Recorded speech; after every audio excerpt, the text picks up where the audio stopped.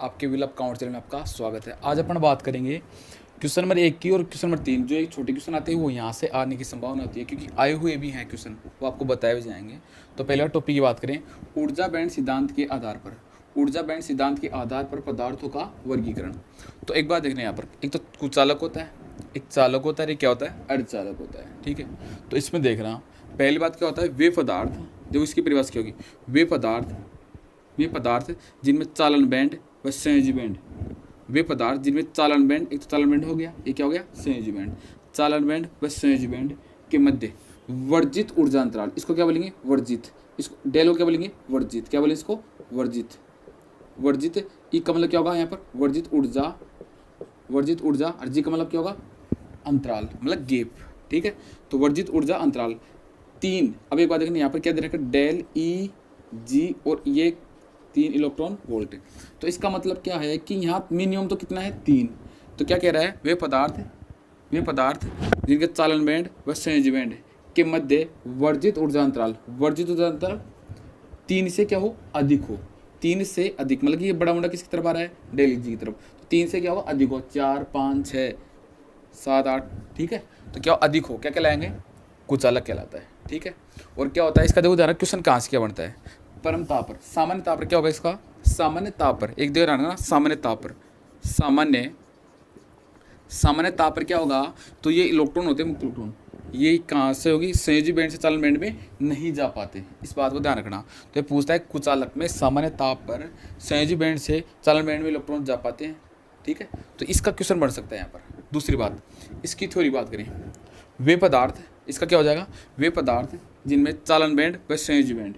वे पदार्थ जिनमें चालन बैंड और संयोजी बैंड, इसकी परिभाषा से बात करें अपन, वे पदार्थ जिनमें चालन बैंड और संयोजी बैंड के मध्य वर्जित ऊर्जा अंतराल कितना हो, 0 या अति अल्प। क्या हो, अति अल्प हो। वे पदार्थ जिनमें चालन बैंड और संयोजी बैंड के मध्य वर्जित ऊर्जा अंतराल, मतलब इस डेल ई जी का मान क्या हो, यहाँ पर 0 हो या अति अल्प हो, क्या कहलाएगा, चालक कहलाएगा। लेकिन इसमें एक बात ध्यान रखना, इसमें क्या होता है कि जब ये संयोजी बैंड से, इसमें क्या होता है कि जो सामान्य ताप होता है ना, सामान्य ताप पर जो ये इलेक्ट्रॉन होते हैं, मुक्त इलेक्ट्रॉन, वो क्या होते हैं, संयोजी बैंड से किस में चले जाएंगे, ये किस में चले जाएंगे, चालन बैंड में चले जाते हैं। संयोजी बैंड से किस में चले जाएंगे, चालन बैंड में चले जाते हैं। फिर बात करते हैं अपन अर्धचालक की, किसकी बात करेंगे, अर्धचालक। इसमें क्या होगा कि वे पदार्थ, परिभाषा की जाएगी, वे पदार्थ जिनमें चालन बैंड, वैसे देखो, वे पदार्थ जिनमें वर्जित ऊर्जा अंतराल, वे पदार्थ जिनमें वर्जित ऊर्जा अंतराल क्या होगा, कुचालक से अधिक, या देखो एक बात ध्यान रखना इसमें, वे पदार्थ जिनमें डेल ई जी का मान चालक मतलब 0 से अधिक हो, और 3 के बीच में आएगा, नहीं आएगा यहाँ पर, तो चालक से अधिक व कुचालक के, या चालक व कुचालक के मध्य हो। वे पदार्थ जिनका डेल ई जी का मान चालक व कुचालकों के मध्य हो, क्या कहलाएगा, अर्धचालक कहलाएगा। क्या कहलाएगा, अर्धचालक कहलाएगा। एक बात ये ध्यान रखना, यहाँ से क्वेश्चन बना हुआ 2004 में पेपर में पूछा गया क्वेश्चन है, पूछता ऐसे है कि जो परम ताप होता है, परम ताप पर जो परम ताप होता है ना, परम ताप पर जो चालन बैंड होगा ना, चालन बैंड, ये बैंड, ये पूर्णतः खाली होता है। पूर्णतः क्या होता है, खाली होता है। तो किसकी तरफ व्यवहार करता है, ये कुचालक की तरफ। तो इसमें आता है कि अर्धचालक में परम ताप पर यदि चालन बैंड खाली हो, पूर्णतः खाली हो, तो क्वेश्चन ऐसे कैसे बन सकता है कि परम ताप पर चालन बैंड पूर्णतः खाली हो, तो किसकी तरह व्यवहार करेगा, कुचालक की तरह। तो एक बात ध्यान, ये क्वेश्चन पूछेगा 2004 में पूछा गया क्वेश्चन है, तो छोटे छोटे 1 नंबर के क्वेश्चन है, ये यहाँ से पूछ सकता है। ठीक है बच्चों, अब इसके बाद नेक्स्ट टॉपिक बात करते हैं इसमें। इसके बाद में बात करते हैं पर नेज अर्धचालक की। इसके बाद बात करते हैं नेज अर्धचालक की। तो इसमें क्या होता है कि वे अर्धचालक है, वे अर्धचालक, परिभाषा कैसे याद रखोगे कि वे अर्धचालक जिनमें केवल एक ही प्रकार के परमाणु उपस्थित हो, क्या कहलाएंगे, नेज अर्धचालक कहलाते हैं। ध्यान रखना, तो इसमें क्या हो जाएगा, इसका एग्जाम्पल क्या होता है, सिलिकॉन, शुद्ध और जर्मेनियम। ध्यान रखना इसका, तो क्वेश्चन पूछता है। और एक बात ध्यान रखना, आपको पूछ सकता है यहाँ से, 2010 में क्वेश्चन पूछा गया था, 2010 में, तो पूछ सकता है यहाँ पर कि नेज अर्धचालक में जो क्रिस्टल होते हैं, इनकी संरचना किस प्रकार की होती है, सम चतुष्फलकीय। ध्यान रखना इसको, सम चतुष्फलकीय।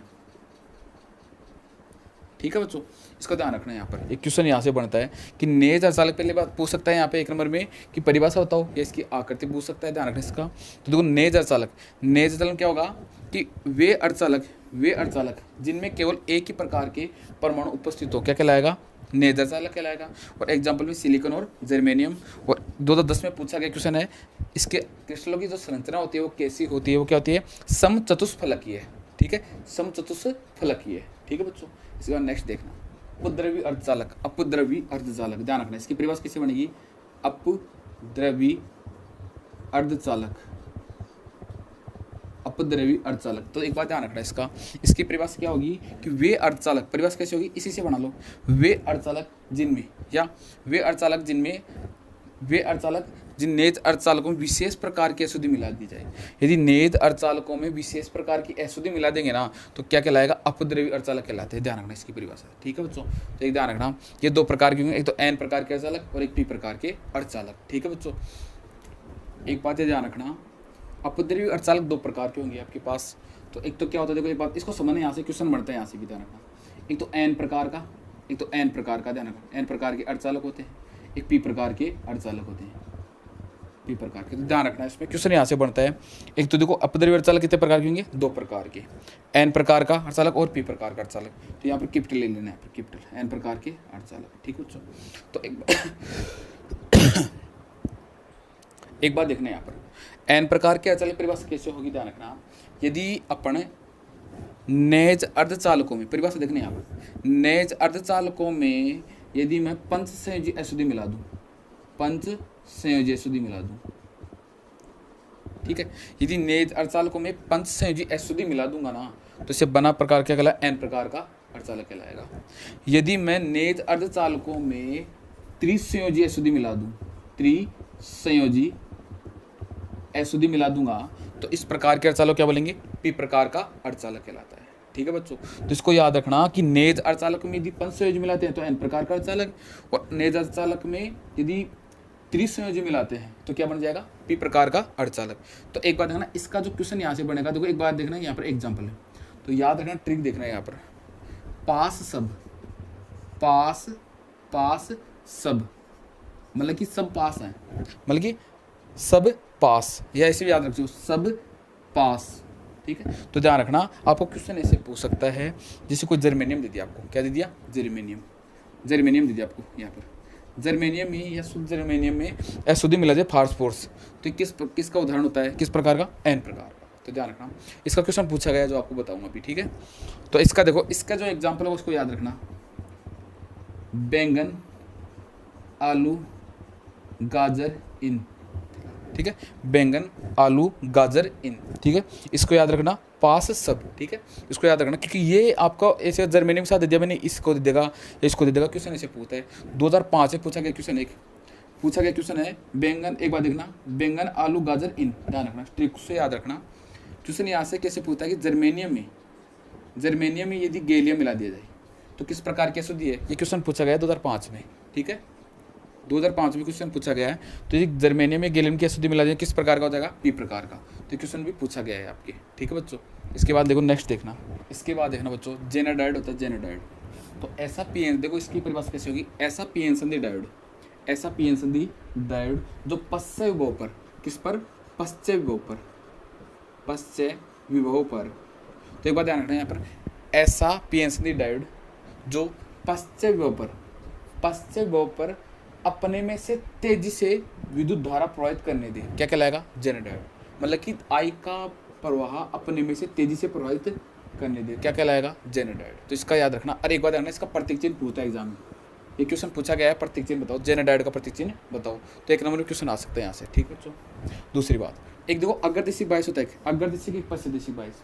तो उनमें क्या होता है कि अवक्षय परत की मोटाई, देखो अग्रदिशी बायस में क्या होता है, एक बार ध्यान रखना इस चीज़ को, अग्रदिशी होता है, एक पश्चदिशी बायस होता है। और एक बार देखना, पद से ये विभव लिया ना मैंने, तो ये ग्राफ ऐसे बनता है, इसका ध्यान रखना इसका, तो ऐसे बनता है। ठीक है, तो पद से दिशा ये होता है, यहाँ पर आई लेंगे, यहाँ भी लेंगे। ठीक है, ध्यान रखना। तो इसका देखो पद से दिशा ये होता है, ऐसे बनता है। ठीक है बच्चों, तो एक बार देखना, यहाँ पर क्या होता है, ये अग्र होता है, क्या होता है, पद से दिशा बायस। तो ये अभिनति होती है, अगर अभिनति, पश्च अभिनति, ठीक है। तो इसमें क्या होता है कि जो अवक्ष प्रत की मोटाई होती है ना, अवक्ष प्रत की मोटाई, इसको याद रखना है। तो क्वेश्चन डायरेक्ट पूछता है कि अगर अभिनति में क्या होता है, पश्च अभिनति में क्या होता है। तो अवक्ष प्रत की मोटाई इसमें तो क्या होती है, घटती, इसमें क्या होती है, घटती है, और इसमें क्या होती है, बढ़ती है। बस ये ध्यान रखना इसको, ठीक है। पश्च दिशिक बाह्य इसमें क्या होगी, बढ़ती है, और इसमें क्या होती है, अग्र दिशा में क्या होती है, घटती है। तो इस प्रकार के जो क्वेश्चन आते हैं वो आते हैं छोटे छोटे क्वेश्चन। या आपको ध्यान रखना है ये जो एसओडी वाले, दाता एसओडी वाले क्वेश्चन और आते हैं।